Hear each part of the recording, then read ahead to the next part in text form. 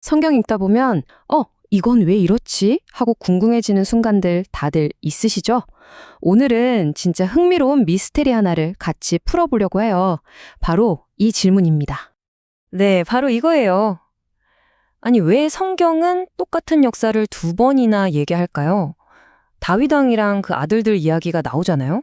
근데 좀 이상하게 그 이야기가 거의 그대로 또 나와요. 이게 대체 뭘까요? 그냥 옛날에 쓰다가 실수로 복사 붙여넣기 한 걸까요? 아니면 혹시 우리가 뭔가 중요한 걸 놓치고 있는 걸까요? 자, 화면을 보시면요. 왼쪽에 사무엘서랑 열왕기서가 있죠. 다윗 왕이랑 그 후계자들 이야기예요. 근데 오른쪽에 있는 역대기를 보면 어라? 이것도 다윗 왕이랑 그 후계자들 이야기네요? 똑같은 시대에 똑같은 사람들, 똑같은 사건들이에요. 근데요, 이게 진짜 중요한데 이 두 책은 절대로 같은 책이 아니에요. 완전히 다른 시각으로 전혀 다른 이야기를 하고 있거든요. 그럼 이 미스터리를 어떻게 풀 수 있을까요? 첫 번째 단서는 바로 이거예요.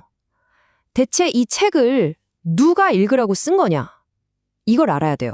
왜냐하면요, 누구한테 이야기하느냐에 따라서 똑같은 역사도 완전히 다른 스토리가 되거든요. 이 표를 보면 하실 거예요. 모든 게 분명해지거든요. 자, 열왕기서는요, 나라 망하고 바빌론의 포로로 끌려간 사람들 절망 속에서 우리가 대체 왜 이렇게 됐지? 하고 묻는 사람들을 위한 책이었어요. 그러니까 당연히 그들의 잘못, 죄, 그리고 그로 인한 심판을 아주 적나라하게 보여주죠. 근데 역대기는 완전 달라요.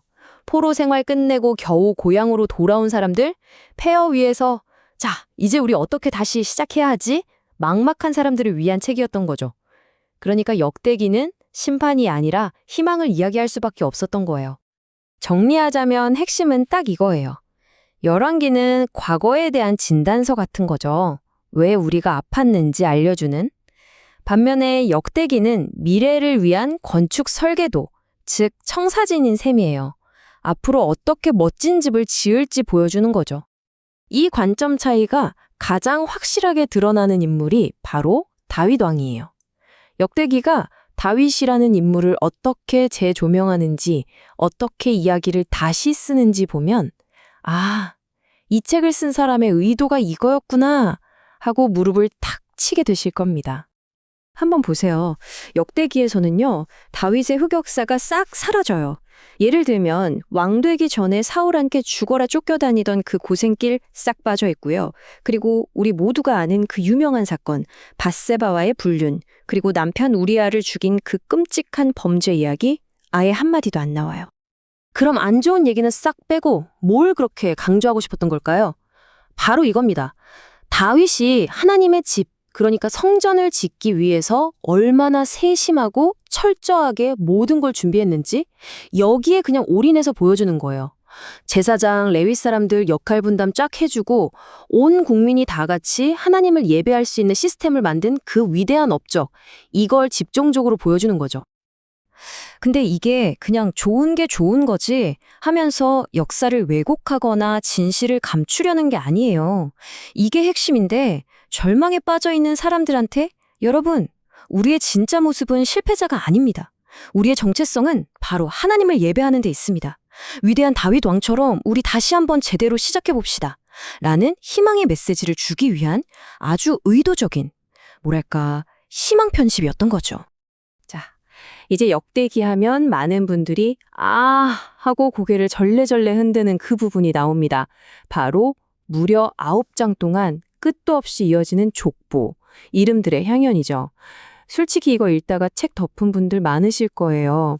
근데요, 진짜 놀라운 건 이 지루하기 짝이 없어 보이는 이름들 속에 역대기가 전하려는 가장 핵심적인 희망의 메시지가 숨어 있다는 사실입니다. 그러니까 이 긴 이름 리스트는 그냥 누가 누구 낳고 또 누가 누구 낳고 이런 단순한 정보가 아니에요. 이건 차라리 지도에 가까워요. 어떤 지도냐면 여러분, 당신들은 그냥 어쩌다 보니 이 땅에 던져진 사람들이 아닙니다. 저 인류의 시작, 아담 때부터 이어진 하나님의 거대한 이야기 속에 있는 정말 중요한 주인공들입니다. 라고 알려주는 희망의 지도 같은 거죠. 이 지도의 구조가 또 기가 막힙니다. 마치 카메라 렌즈가 줌인 하듯이 동심원 구조로 되어 있어요. 처음엔 가장 넓게 모든 인류의 조상인 아담에서 시작해요. 그리고 주민해서 이스라엘 민족으로, 거기서 또 주민해서 가장 핵심적인 유다 지파와 레위 지파로, 그리고 마지막 최종 주민, 바로 포로 생활을 마치고 돌아온 우리 자신에게 초점을 딱 맞추는 거예요. 이 구조 자체가 메시지인 거죠. 여러분이 바로 이 위대한 역사의 센터고 주인공입니다. 라고요. 특히 이 족보를 자세히 들여다보면요.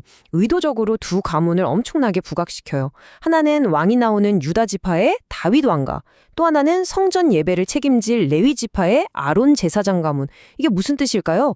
앞으로 이스라엘이라는 공동체를 다시 세울 두 개의 거대한 기둥이 바로 왕의 리더십과 제사장의 예배라는 걸 족보를 통해 웅변하고 있는 겁니다. 자, 이제 이야기의 클라이맥스로 가볼까요? 역대기는 다윗의 인생 마지막 장면을 통해서 절망에 빠진 공동체가 어떻게 희망을 다시 지어나갈 수 있는지 그 구체적인 설계도를 우리에게 보여줍니다. 역대기가 보여주는 다윗의 최종 모습, 그의 가장 위대한 유산은 뭘까요? 수많은 전쟁에서 이긴 위대한 전사? 아니에요. 역대기는 다르게 말합니다. 다윗의 진짜 위대함은 다음 세대인 아들 솔로몬이 지을 성전을 위해 자신의 모든 걸 남김없이 쏟아부어 준비한 것, 바로 거기에 있다고 말이죠. 그의 인생 자체가 성전 건축을 위한 올인이었던 거예요. 아니, 어느 정도였길래 그럴까요? 다윗이 성전 건축을 위해 준비한 금이 무려 10만 달란트예요. 이게 감이 잘 안 오시죠? 이걸 오늘날 돈으로 환산하면요. 자, 놀라지 마세요. 무려 160조 원입니다. 160조. 정말 입이 떡 벌어지는 금액이죠. 한 나라를 세운 왕이 평생 모은 재산, 그 모든 걸 다음 세대가 하나님을 예배하는데 쓰라고 다 내놓은 거예요. 그리고 이 어마어마한 헌신을 하면서 다윗이 기도를 하는데요. 이 기도가 정말 역대기 전체의 심장이라고 할 수 있습니다. 하나님, 이 모든 것이 다 주님께로부터 온 것입니다. 저희는 그냥 주님 손에서 받은 걸 그대로 주님께 돌려드리는 것뿐입니다. 와, 이 모든 게 내 능력이 아니라 하나님의 것이라는 완벽한 고백이죠. 바로 이거였습니다. 역대기가 그 절망의 시대를 살던 사람들에게 정말 해주고 싶었던 마지막 메시지요. 여러분, 우리의 미래와 희망은요, 다른 나라처럼 군사력을 키우거나 돈을 많이 버는 데 있지 않습니다. 우리의 진짜 미래는 우리 삶의 가장 중요한 중심에 하나님을 모시는 것, 그리고 그분을 진심으로 예배하는 삶을 되찾는 것, 바로 거기에 달려 있습니다. 이 말을 하고 싶었던 거예요. 똑같은 역사를 굳이 다시 써내려가면서까지 전하고 싶었던 이 간절한 메시지. 이건 2000년도 더 지난 오늘을 사는 우리에게도 똑같이 날아와 꽂히는 질문 같아요. 여러분의 삶, 그리고 제 삶의 한가운데 그 중심에는 지금 무엇이 있나요?